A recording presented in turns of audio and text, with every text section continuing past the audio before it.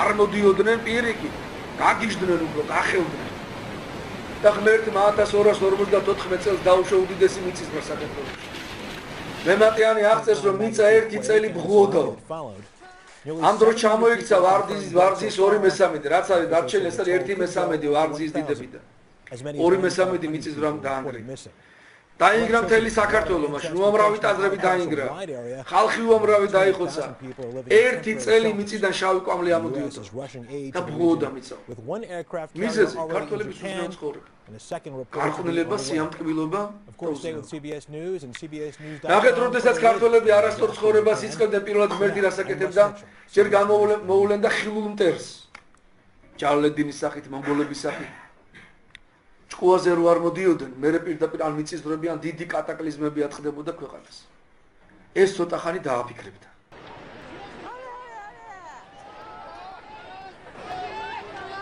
დაახლოებით ამ ეტაპზე ვდგევართ ახლა, რასაც მივუყვი. არა მარტო მე ვიძახე. ქვეყანა მიექანება გარყვნილების უფსკრულისკენ. We see the tsunami approaching.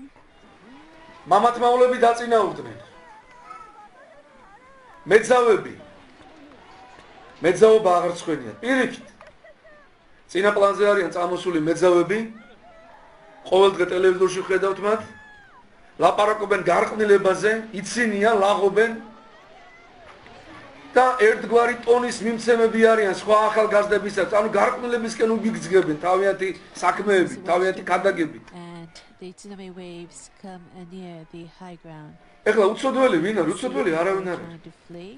ქრისტესთან როდესაც ქალი მოყავთ, რომელმაც ქმარს უღალატა და ქვებით უნდა ჩაქოლო, მათ სხვა ეონება პირველი ქვა იმანეს როლსო. ვისაც უცოდვა არ ჩაუდენია. და თქვენ გახსოვთ, რომ არავინ ქვა არ დაკრა ამ ქალს. ადამიანი ცოდვა ჩავდივართ უამრავ ჩვენთაგან ცოდვები აქვს ჩადენილი, მაგრამ ამას ვალავთ ჩვენ და ცხენია კაცო. მე რაღაცა პერიოდი გადის ვნანობთ ეს რა გავაკეთე, ღმერთო მაპატიეს რატო გავაკეთე. დღეს კი პირიქით ხდება გარყვნილების ლეგალიზაცია. ანუ ქალი არის გარყვნილი და კი არ მალავს რომ მეძავია. უხარია რომ მეძავია. და ამაში ფულს იღებს. ყოველდღე ტელევიზორშია. და იქიდან მოუწოდეს პირდაპირ ახალგაზრდებს მოწოდება, აბა სხვა რა ქვია, წახალისებას ესეთი უზნეობისა.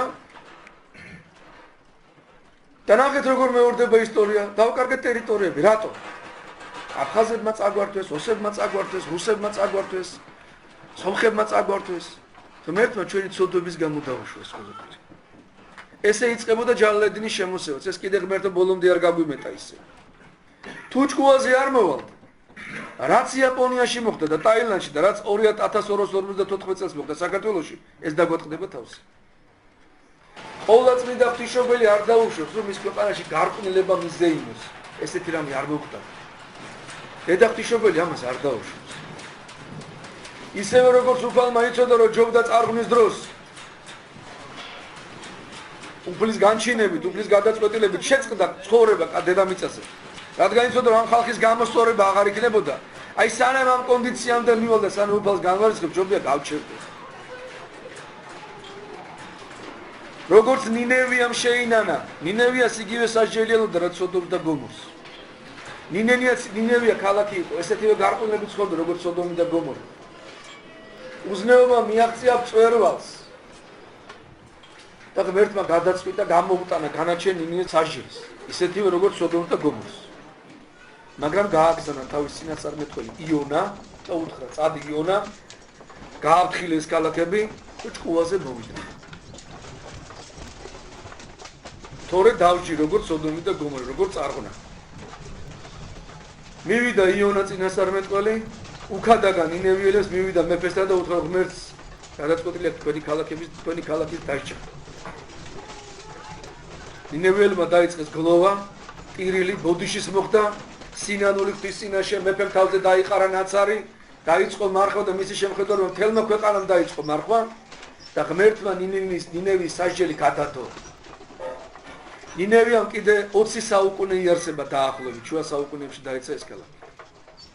ჩვენ თუ არ შევინანეთ, ღმერთი გაგვანადგურებს საერთოდ. ჩვენ კი არა. რჩეული ერი ისრაელი არ დაინდო უფალმა. ღმერთმა ზესაში თავისი ანგელოზი ნათლით შემოსილი. ნათლის ანგელოზი არ დავით, ცოდვის გამო იგი ზეციდან გადმოაგდო. ადამის 60-დან გამოაგდო. ისრაელი რჩეული ერი, რომელიც ღვთის რჩეული ერი იყო, მაგრამ ურჯულოების გამო და აპარტავნების გამო მათ ვერ მიიღეს მესია და ჯვარზე გააკრეს მესია დასაჯა. ახსოვთ რამ ხელა დევნაში იყო 2000 წელი ისრაელი. რა დღეში ყავდათ ებრაელები 2000 წელი. ღმერთმა კონსტანტინოპოლი არ დაინდო და სოფლიო იმპერია დასცა მიწასთან გაასორა. რუსეთს რა უქნა 917 წელში. მათივე უზნეობის გამო. იქ მყოფი სასულიერო პირების არასწორი ცხოვრების გამო. და როგორ ფიქრობ ღმერთი ჩვენ გვაპატიებს ამას? და რატომ უნდა გვაპატიოს? თუ ჩვენ ბოდიშს არ მოვიხდით ღმერთის წინაშე, თუ არ შევწყვიტავთ ესეთ გარყვნილებას და ესეთ ზნედაცემულობას. თუ ფიქრობთ რომ სხვის იჭირით ზღობეში ხირიო და იქ იაპონიაში მოხდა ჩვენთან არ მოხდებაო. აქ უფრო კატასტროფული შედეგებიც შეიძლება მოხდეს. ამიტომ ჩემო საყვარელო ძმებო, ეკლესია ამიტომ არის შეშფოთებული ყოველთვის უზნეობის გავრცელებაზე. ამიტომ არის სასულიერო პირები ყოველთვის ხმამაღლა ყვიდიან, რომ ეს არ შეიძლება. ეკლესია ხმამაღლა ამბობს შეწყვიტეთ უზნეობა, მრუშობა და ამბობს ეკლესიას დასცინიან, ეუბნებიან ეს ბნელებით ის მოციქულები, ეს შავრაზმელები, ეს ჩამორჩენილები, ეს სექსუალურ უმცირეთობათა ჩაგვრელები. ჩვენ კი არ გვძულს, თქვათ იგივე მამათმავლები და იგივე მეძავები, ჩვენს ხალხი გვეცოდება. და ყველაზე მეტად გვეშინია, რომ მათ თუ არ შეწყვიტეს თავიანთი უზნეობის ქადაგება და გავრცელება, როგორც ბაცილა მოედება ხოლმე მიკრობი მთელ ორგანიზმს და მთელი ორგანიზმი დაავადდება და ლოგინად ჩავარდება ხოლმე. ეს თუ არ გავაგებინეთ მათ, რომ ეს არ შეიძლება და შეინანეს, მთელ ქვეყანას თუ მოედოს დავიღუპებით. აი ეს გულის ტკივილი მალაპარაკებს მე და ეს გულის ტკივილი ალაპარაკებს ქრისტეს და ეკლესიას. ამიტომ როგორც მინდა იონე ნათლისმცემელი ამბობდა დღეს მისი თავის პოვნის ხსენების დღე არის. შეინანეთ რამე თუ მოახლოებულ არ სასუფეველი ცათა. და თუ არ შევინანებ და ღვთის ამოწოდებას თუ არ მოусმენთ, მე ჩვენ თავს დავაყენებთ. ჩვენ შეგვიძლია ვიცინოთ როგორც ნოეს დასცინოდნენ, როცა ეს კიდობას აშენებდა. შეიძლება სოდომა და გომორელებით გავხელდეთ და პირდაპირ ღვთის შეურაცხყოფა დავიწყოთ და ეკლესიის გინება დავიწყოთ. მაგრამ ძალიან ფრთხილად ვარ. ეს ყველაფერი ძალიან ცუდად დამთავრდება თუ ჭკუაზე არ მოხდა. ღმერთმა დაიფაროს ჩვენი ქვეყანა, ღმერთმა შეიწყალოს ჩვენი ქვეყანა, ჩვენი ხალხი მოაქციოს სინანულად, დააყენოს